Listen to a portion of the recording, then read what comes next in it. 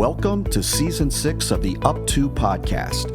9 years ago, Up To was formed as a live event series showcasing leaders who are as humble as they are successful. The humility piece is extremely important as we identify leaders who can inspire others. We try to focus our interviews on the non-business aspects of their lives, and in doing so, we have found there is a real thirst to explore their hearts and minds in atypical ways. Our host, as always, is the founder and creator of Up To, Adam Kaufman. And on this episode, we are joined by Joel Peterson. We'll be right back.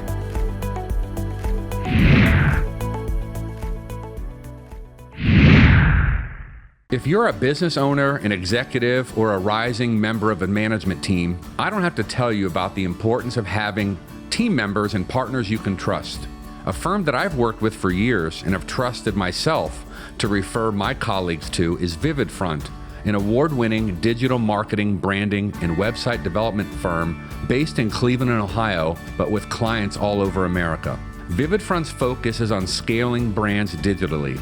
They create holistic, return on investment centric strategies and solutions for middle market companies who want to grow.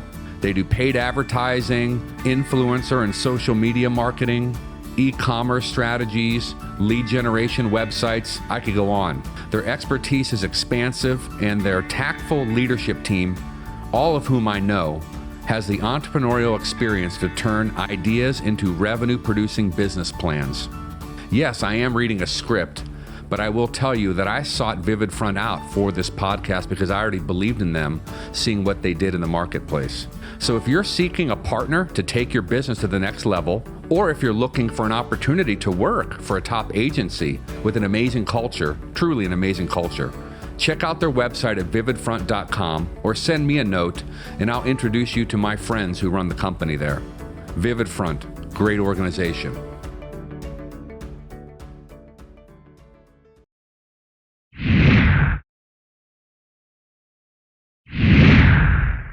Our guest today has been on the faculty at the Graduate School of Business at Stanford University since 1992, teaching some of the most popular courses in real estate investment, entrepreneurship, and leadership. He previously served as chairman of the board at the Hoover Institution, also at Stanford, which happens to be one of my favorite think tanks.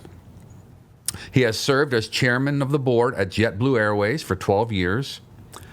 He's also on the boards of Franklin Covey and Pack Size. Prior to teaching and founding his venture firm, Peterson Partners, which currently manages more than $2 billion, today's guest was Chief Executive Officer at Tramel Crow, at the time the world's largest private commercial real estate development firm. He has co-authored several books, The newest is about something most of us can relate to, parenting. And it's titled Juggling Glass and Rubber Balls. I'm sure we'll get into that. He even has more than 400 followers on LinkedIn. Wow. Today's guest earned his MBA from the Harvard Business School and received his bachelor's degree from Brigham Young University, where he was valedictorian. He and his wife have been married an amazing 45 years. They have 7 children and 25 grandchildren. My goodness. Joel Peterson, welcome to the Up To podcast. It's great to be with you. Can I edit your introduction a little? Please. So I have 31 grandchildren, 2 great-grandchildren, and my wife and I have been married 52 years. And you also said that I had 400 followers on LinkedIn. It's actually, I think it's over 400,000. I'm not sure. I don't pay attention. Oh, it is 400,000. Did I say 400? Oh my gosh, I was so impressed with the number. Well, very impressive, and thank you for being with us. What have you been up to? Well, I've been up to teaching a new course at Stanford, writing this new book, working on boards. I'm on several boards. And then I launched all these funds that are really better run by others than I was ever able to run them. But I've got a bunch of funds that are running now. What's the new class you're teaching? I call it Engineering a Remarkable Life. And it's about applying what we learned in business school about running businesses to our personal lives. thinking clearly about what path we're on and how we might change the trajectory of our lives. And so it's applying this really life-changing business school education to personal life. And how do you come up with something like that? That seems kind of atypical for a business school class, but I bet it's really in demand, really popular. It is atypical. Last time I think I had 177 students on the wait list, so I think it's needed and everything. But it actually came about because of my reaction to kind of this woke cancel culture environment. I kind of spoke out against it, and I think got in a little bit of trouble. And I think the dean was just willing to let me do whatever I wanted to do at that point. So I just said, I'd like to teach this class, and I'd like to teach it at the least popular hour so that I don't get a lot of the really woke pushback on ideas. And so people really had to be there. What's the least popular they hour? had to be there. Early in the morning? Exactly. Well, that's awesome. I wonder if any of those classes are available online. I bet Stanford wouldn't allow it, but I'm sure you'd get a lot of non-student interest in that as well. Yeah, might. I probably need to continue to refine it. I always talk about the first couple of times is like the first pancake.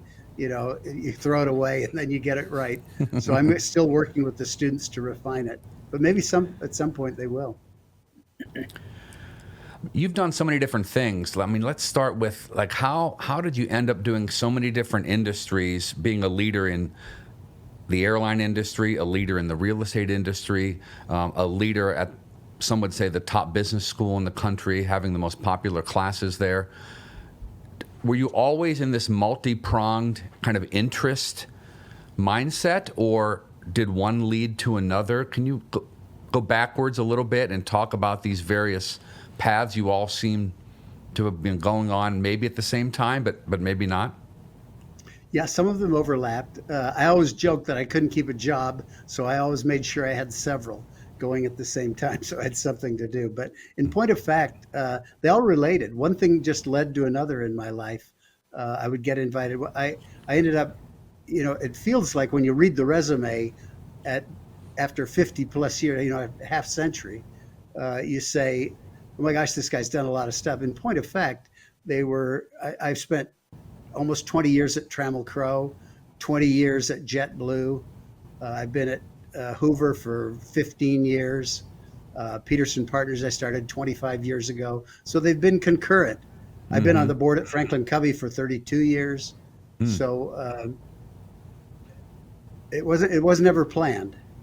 Is there anything that you're not doing that you wish was an additional overlap, another category, another hot industry, or something that you almost did that, not that you have a lot of free time with all those other pursuits right now, but are there any other categories really piquing your interest right now? Well, not seriously. I mean, I'd love to have played basketball for the Celtics. Who wouldn't? But, there are a lot of, so I always say when you're setting goals, they have to be realistic. And so I've been tempted by a lot of wishes and dreams and things like that, but I've set those aside and gone after the things that are actually realistic. And it's been a good strategy. When you early on were beginning your career, was there a particular industry that you focused on? You mentioned going after something. You didn't start in the airline industry, for instance. No, I started in the real estate industry. And in fact, there were virtually no students out of the 800 or 900 at Harvard Business School that left and went to real estate. Real estate was considered a mom and pop industry, a father to son kind of a set Cottage of relationships. Industry, yeah. Unprofessional. Yeah. And so not a lot of them went. And I met this fellow, Tramel Crow, and I thought, boy, I'd love for this guy to be my mentor. And so I really joined the real estate industry, entered the real estate industry because of my impression of Tramel Crow.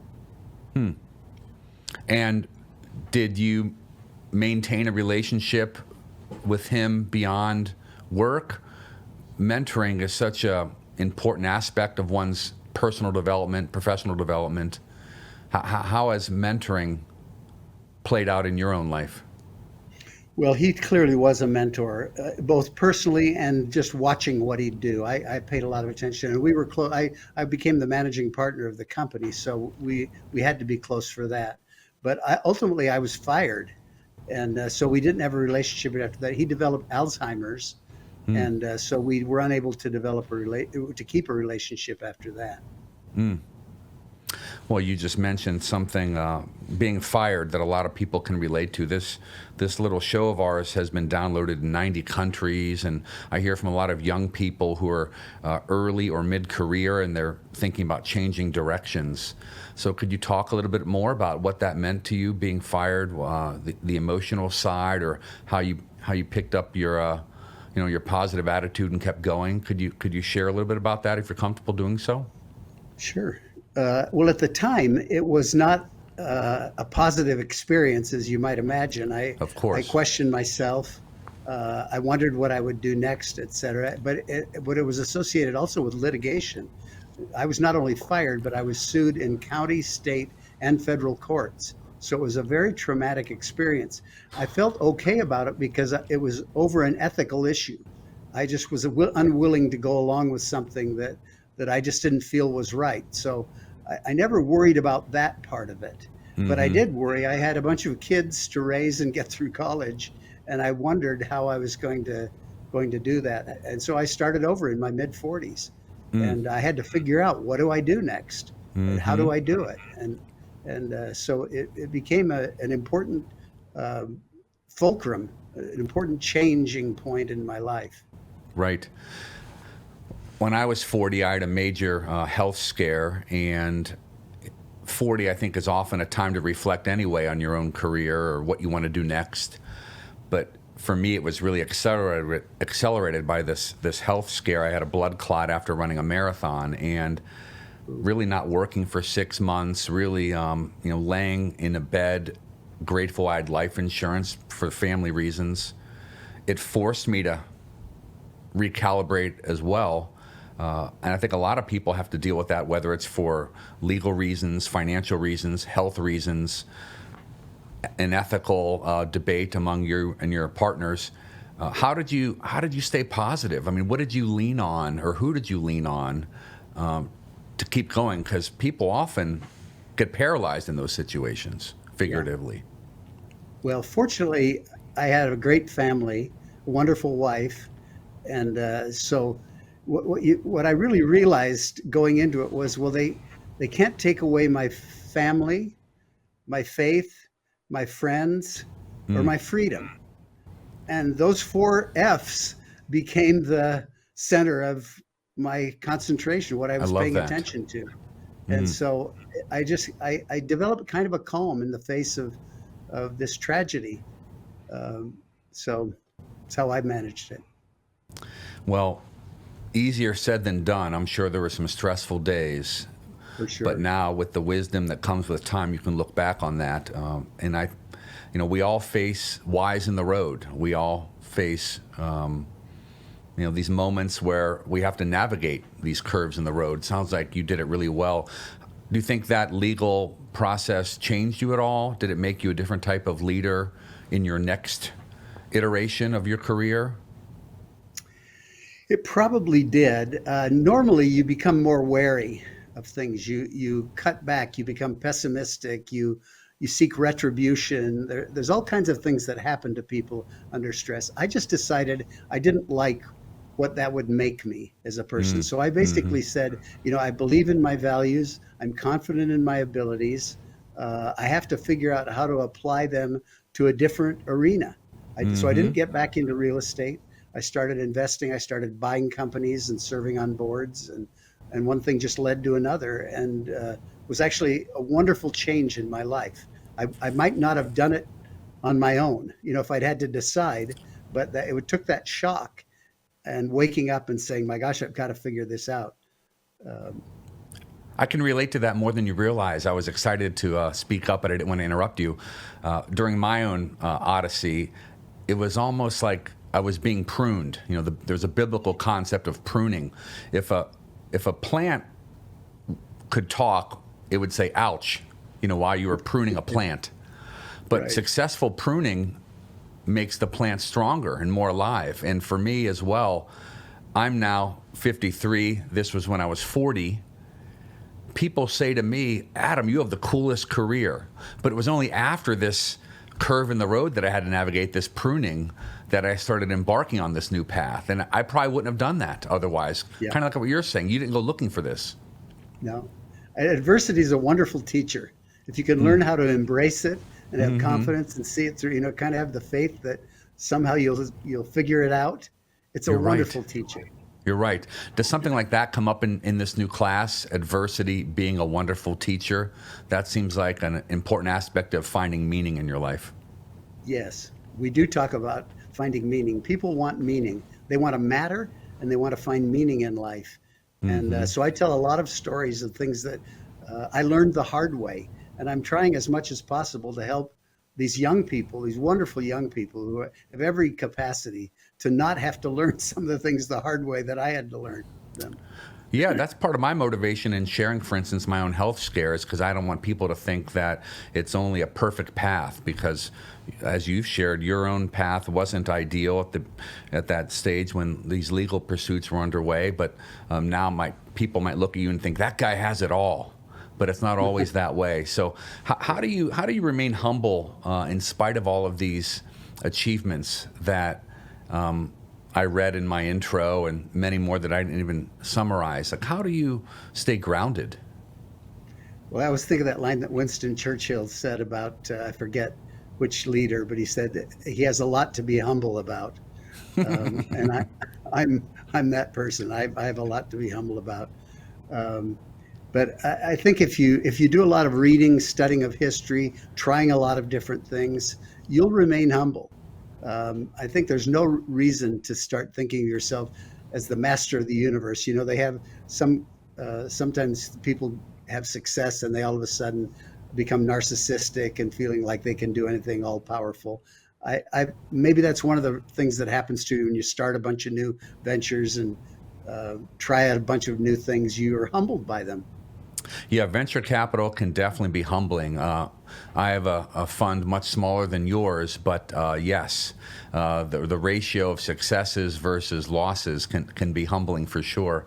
But you make it sound almost like, well, of course I'm going to be humble, but most leaders are not humble. And that was the true inspiration of this show. The theme is leaders who are as humble as they are successful. So many CEOs, so many athletic leaders, other types of leaders, they get more cocky the more achievements they attain. And I like to showcase people like you who are just as accomplished, but remain meek. Meek is not weak, remain servant leaders. And that's why I was drawn to you after we spent that little bit of time together at Stanford a couple summers ago, because I'm just so impressed that in spite of these successes, you continue to be what I imagine the same type of person you were 40, 50 years ago. Well, humility actually means you're teachable. And I think once you stop being teachable, you run into lots of problems. I mean, we all have so much to learn and so much to learn from others that if you can absorb reality, you want feedback. I always tell my students that feedback is the breakfast of champions.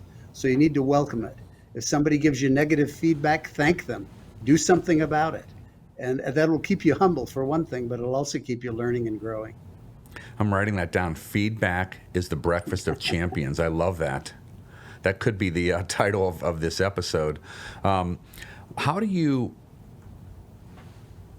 try to inspire the young people in your classes? Because in today's world, so much is around the stuff, the accumulation of success, whether it's success informed by dollars or staff size or the stature of your business or the number of followers you have on Instagram. How do you try to instill these, I agree with you, messages, even though they're really they're pulled in different directions in society? Yeah. Well, I try to create maps. To me, we get to destinations through maps, and maps are these simplified versions of reality, and they're very powerful. And so I try to expose them to a bunch of maps. And then in 30 some years of teaching, I've learned that people learn inductively. what that means is they learn by stories. They learn by the particular. So I try to tell them stories, and the stories they remember are largely the mistakes I've made and had to learn the hard way. And a lot of them say, "Oh my gosh, I'm making that mistake," or "I'm wired that way too." And then they say, "I can actually do better."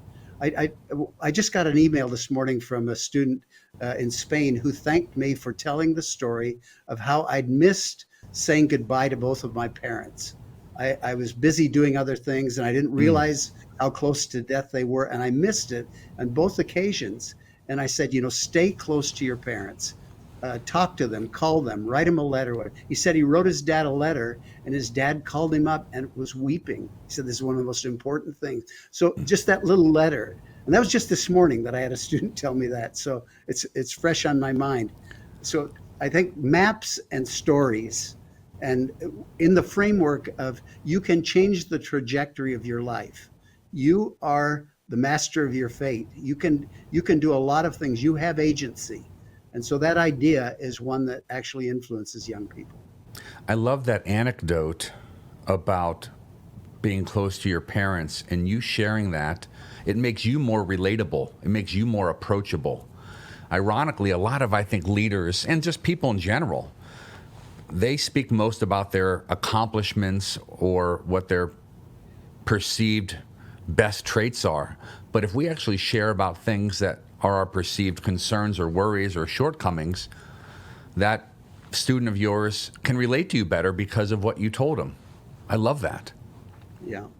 Well, everybody has insecurities. Everybody's worried about things. And if you don't do that, if you present yourself as bulletproof, they can't really relate to you. So I tell them that my three big weaknesses were egocentricity, emotionalism, and blame. I would blame and hold other people accountable in a blaming way. And I share that with them. And they all they're type A personalities. And if they're honest with themselves, they recognize that in themselves.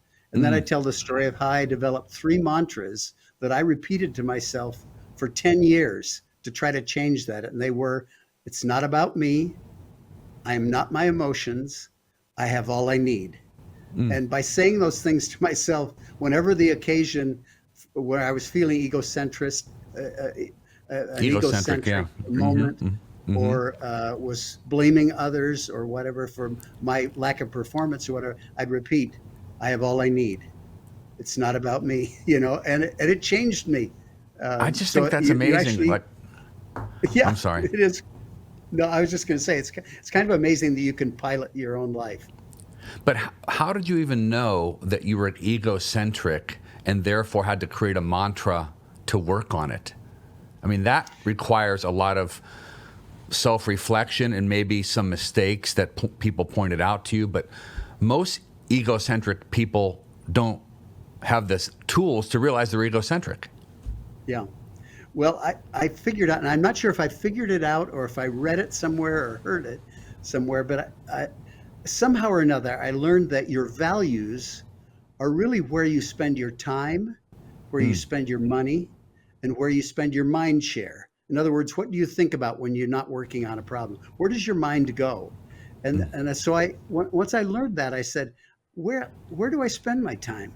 How do I think about it? Where do I spend my mind? What am I thinking about? And I said, I'm really not proud of that. It's all about me. It's all about my emotions, how I'm feeling. I found that I liked certain things that I didn't really want to be known for liking. And I said, these are not the brand attributes I want to have. And so I said, how do I develop a first person mantra that reminds me that I can say, that's short and pithy, that I can say to myself and say, it's not about me. Do you continue not my emotions. Do you continue with a mantra, or does some finish line occur where you feel better about how you might have changed your character traits, or does that continue? Yeah, that's a great question. I think they're always in the back of my mind. So, but I've actually changed enough fundamentally that I don't have to repeat them. After a decade of sort of working on those, I don't have to repeat them. I had a brother that had got brain cancer, however, and I asked him how he was doing, and he said, I'm actually grateful that I got this brain cancer. And I said, my word, how in the world could you be grateful for that? And he said, it's because every person I meet, I now appreciate. Every conversation is important. I'm so much more grateful for everything about life. And so I added that mantra. Whenever I'm feeling put upon a little, I repeat to myself now, I'm grateful. I'm grateful. That's my new mantra. And so I do have to continue to say that one to myself. Yeah, I think a lot of us need to do that. It's easy, it's human nature to think about the things we don't have or the things we want to do. But if you really keep an inventory of how much we have to be grateful for, it can really remind us how fortunate we are, in spite of what else we don't have or what else we haven't been able to do yet. Well, silver lining with your brother's illness to get that lesson from him, I'm sure. Yeah.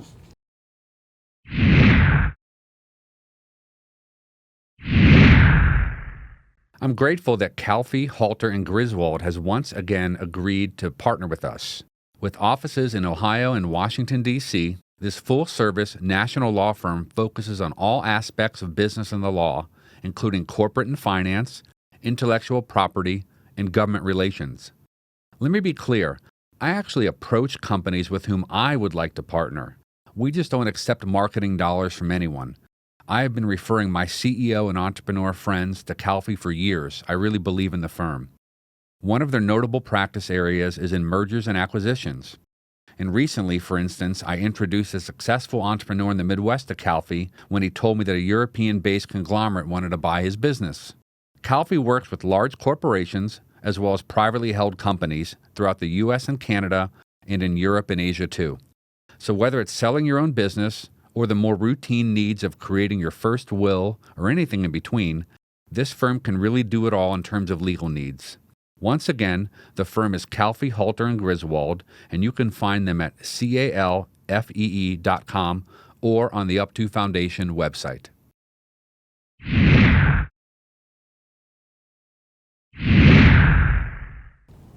So, let's go back to the career side, although I could go long and deep with the subject of meaning and humility, but you then found your way into JetBlue after Tramel Crow.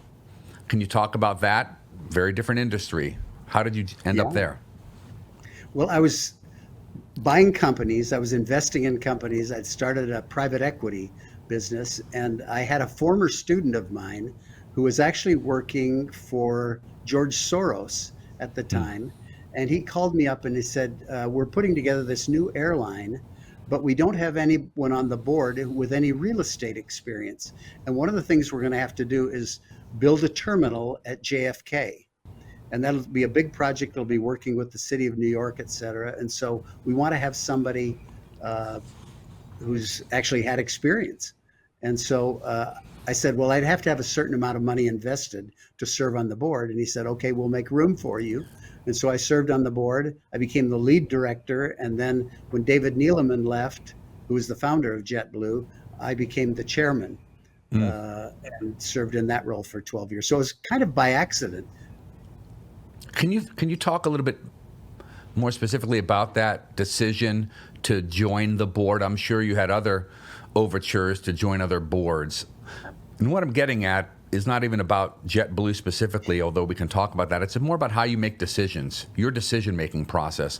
I bet you're stimulated by so many different opportunities. How do you go about making decisions of what to jump into and what to pass on? Yeah, that's a great question. And I probably go about it slightly differently from some others. But my first question is, will I be able to add unique value? Is there something about my experience, my optic on life, that will add unique value? I know that certain board members go on because they like the other people who are on the board. I look at that too.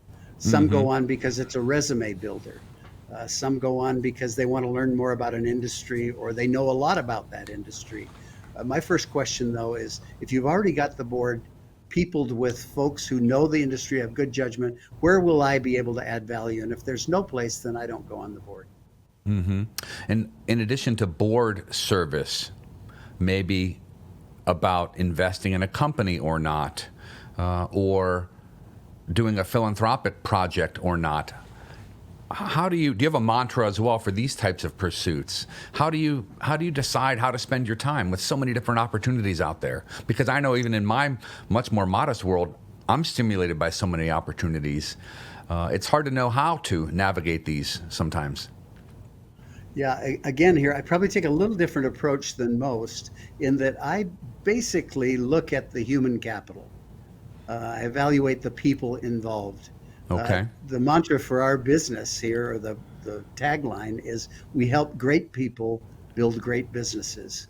So we're looking for great human beings, and we try to back great human beings that can be coached, that are great partners that work with you. So we don't see it as strictly capital investment. Now we look at all the strategy, the environment, the business proposition.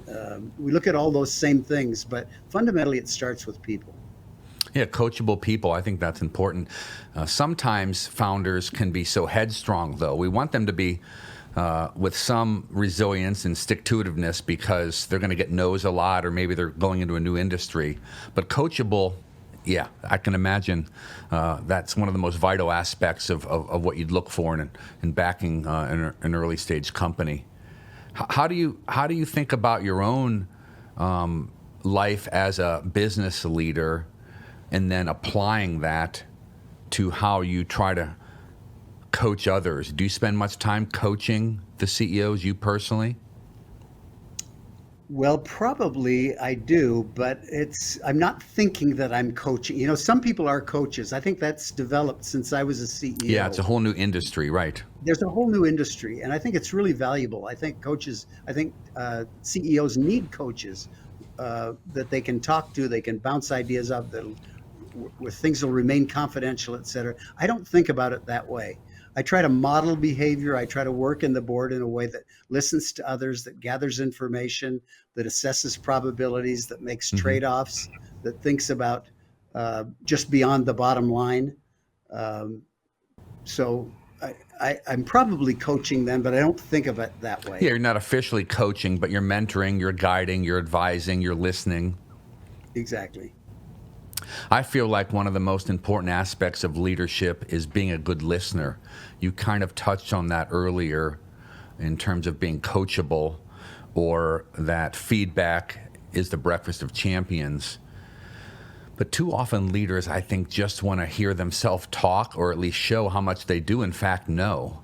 One of my favorite board members of an organization I was the hired president of, he spoke the least on the board in our meetings, but whenever he talked, people would lean in and listen to what he was saying, because it was, sometimes less is more.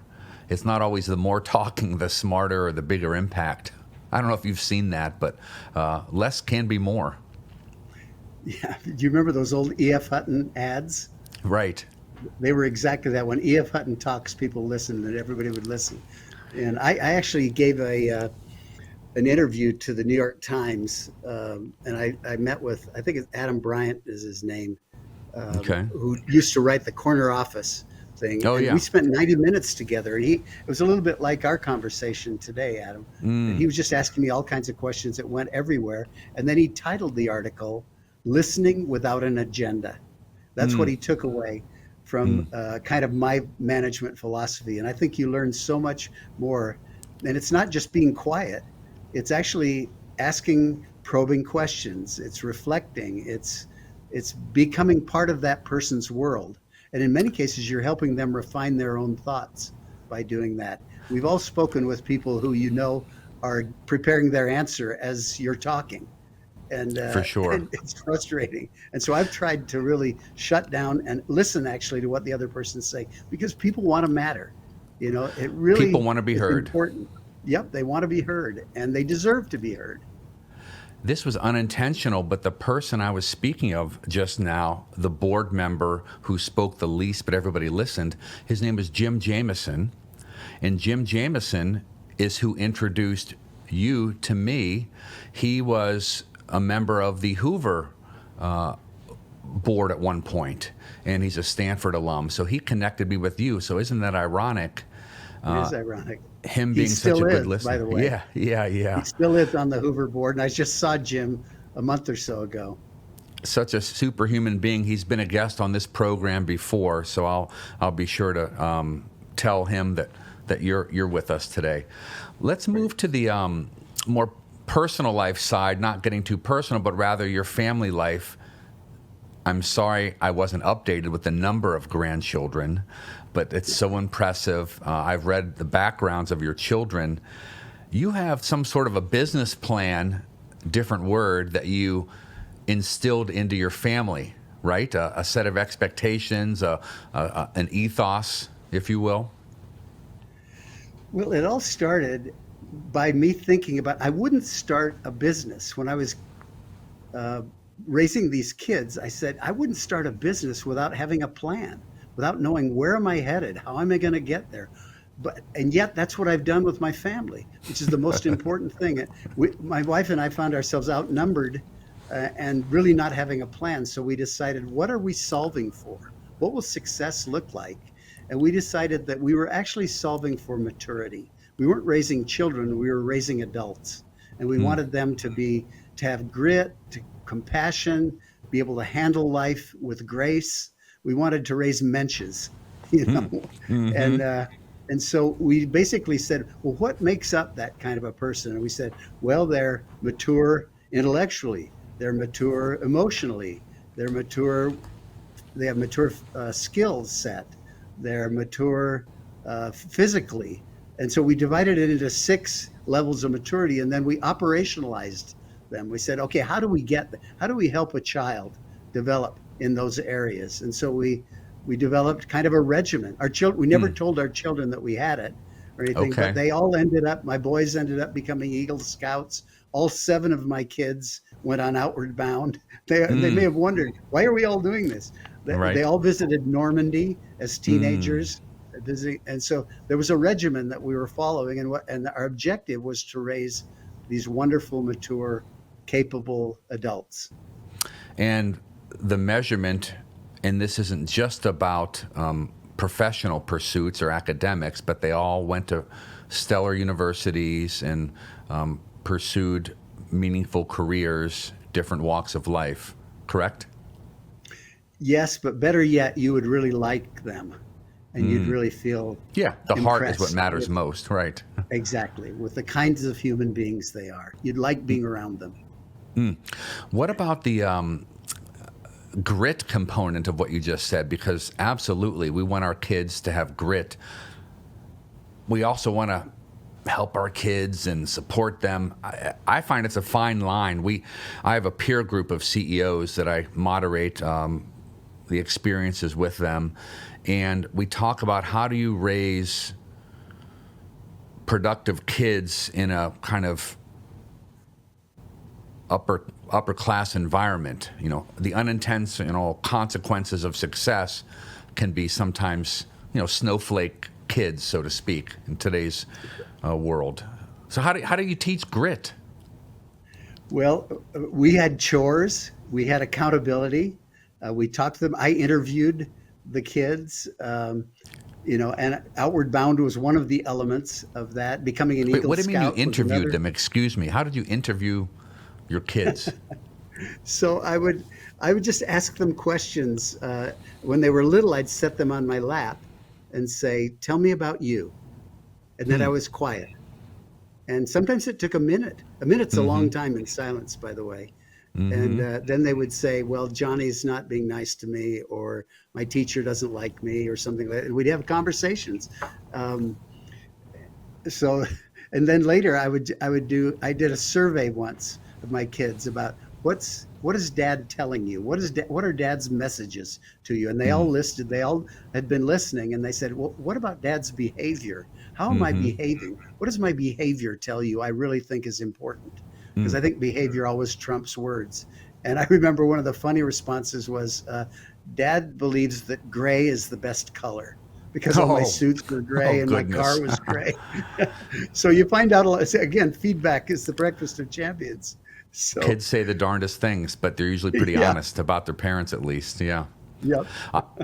I sometimes ask folks that I'm interviewing, in live settings, and I wasn't planning on asking you that, but it was kind of like what you just said about your kids. I asked, if I was talking to one of your children right now and you weren't in front of them, what would they say is most important to their father? And that sometimes makes the guest a little bit uncomfortable just because they're being honest about what they've kind of emulated for their kids. But it sounds like you would probably elicit some awesome answers if I was to ask any of your kids that question. Well, I actually asked them that question.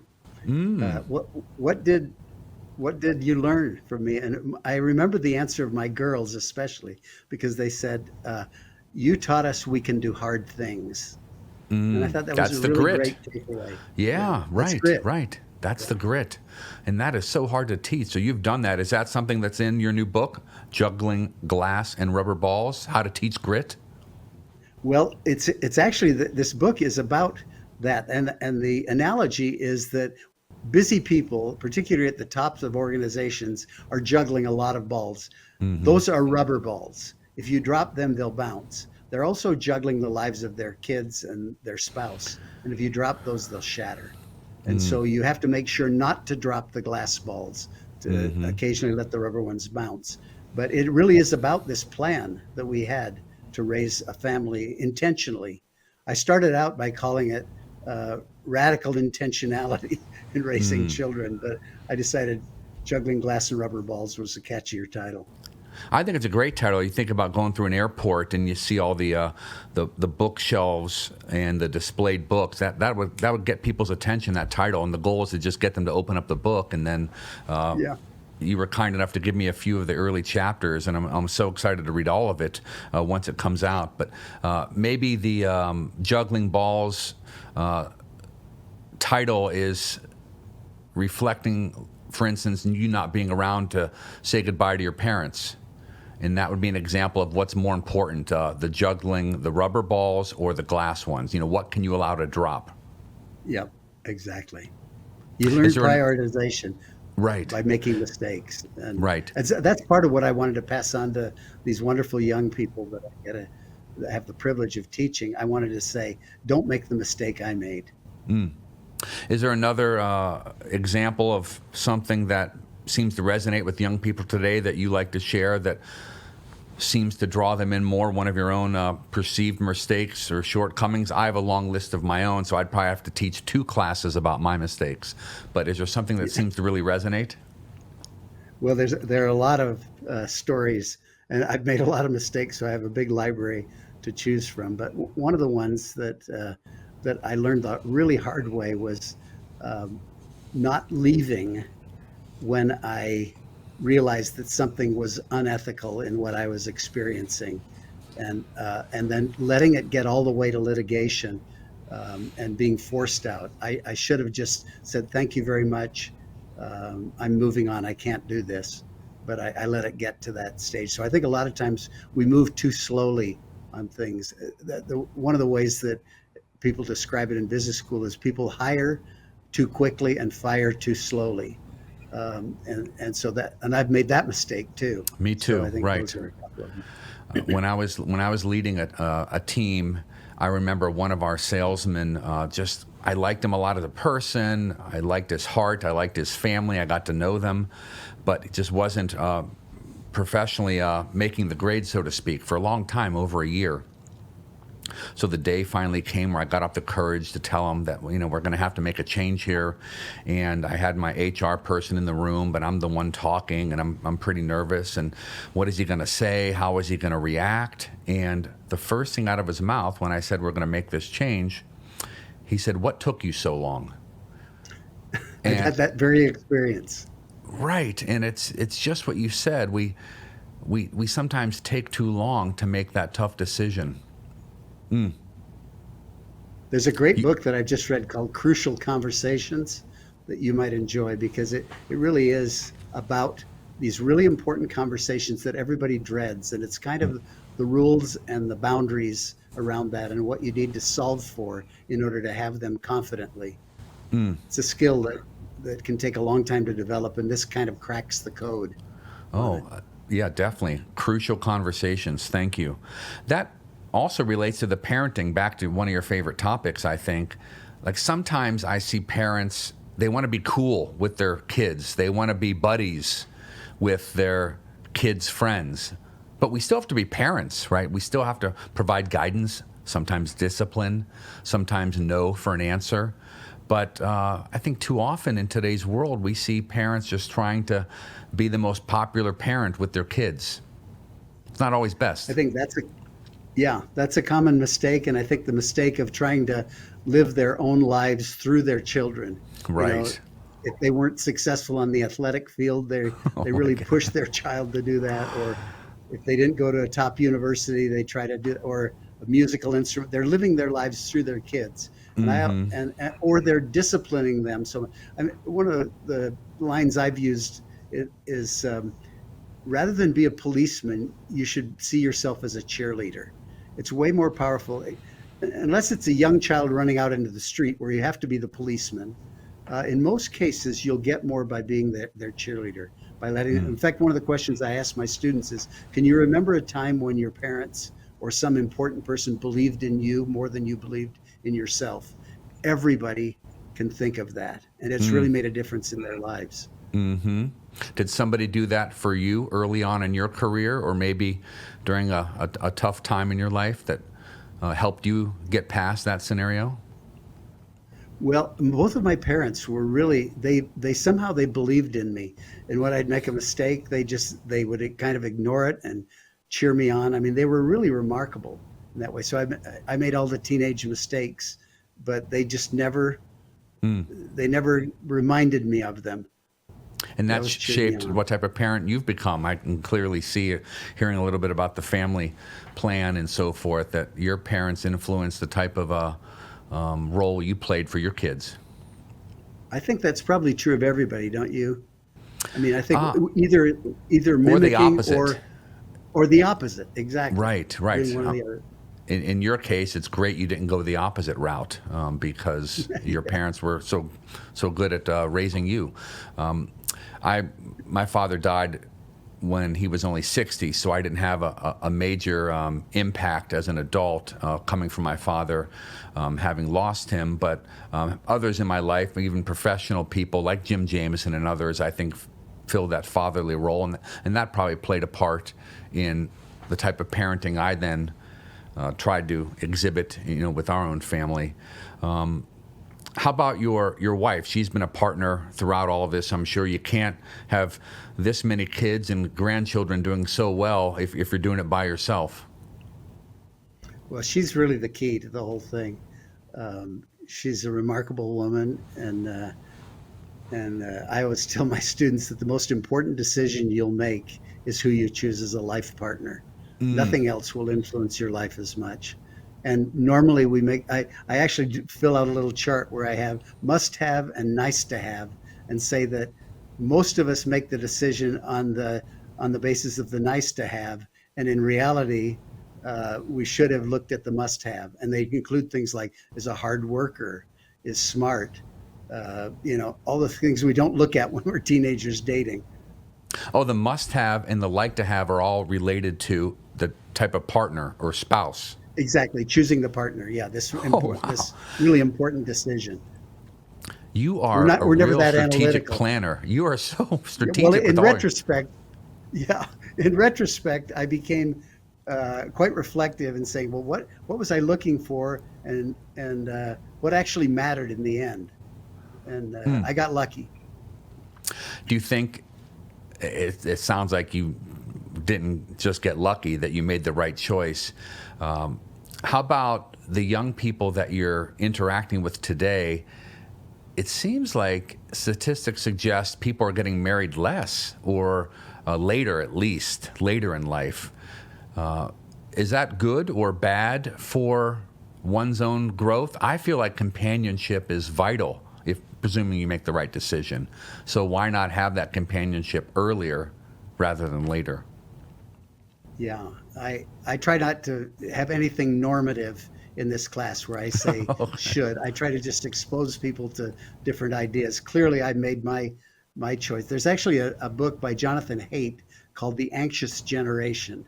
And it's all about the impact of smartphones on young people. Instant gratification, superficial relationships, and a bunch of really bad things that are happening to this generation. There are, of course, wonderful things about the internet and having access to so much information. I just started using AI recently, and I'm amazed at the information you can gather from it. So these are wonderful tools, but they also are changing young people, especially when they're in these formative years.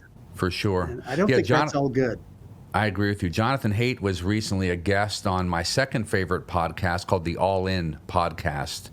And that's with a lot of four Silicon Valley investors. And he was a guest talking about that book, some of those findings, some of those conclusions. I feel like there are still so many positives, for instance, like artificial intelligence in the workplace. How are you using AI? You mentioned you just started using it. Yeah, I just ask it questions. In fact, my wife and I were talking the other day about something that'll feel like it's way off point, but I was saying, what's the difference between the Celts or the Celts and the Vikings and the Normans and the Gauls, and how do they all relate? You know, and she gave me some. She said, but I've never really been clear on the whole thing either. And so I just started asking a bunch of questions to AI, and I printed up 8 or 9 pages of really helpful stuff and took it home to her, and I was a hero. It's unbelievable, these similarities in your examples. I did that recently with the question about the Vikings, because I ended up going to Iceland, and I didn't understand, are the Vikings Icelandic? Are they from Norway? So it's a very similar question that in my case, we use Perplexity. There's a lot of different chat bots, you know, ChatGPT being the most popular one. I use Perplexity for any number of reasons. But yeah, it is a helpful tool. Well, what are you most excited about? I use Perplexity too.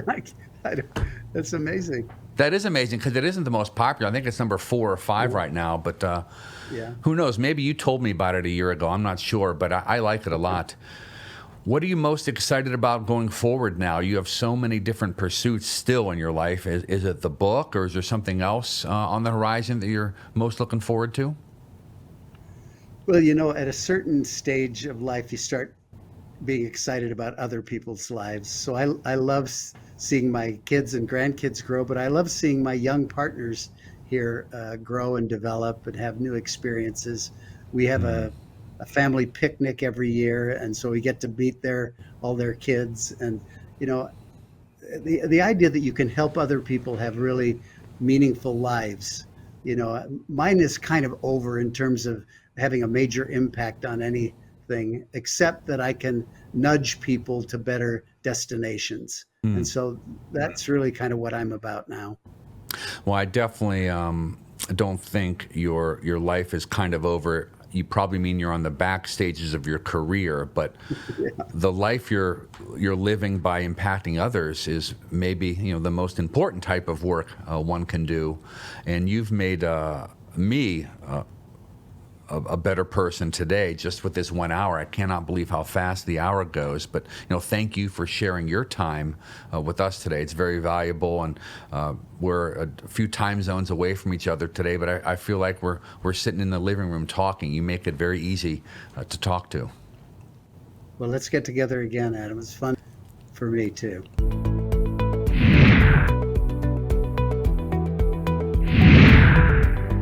Thank you for listening to the Up To podcast.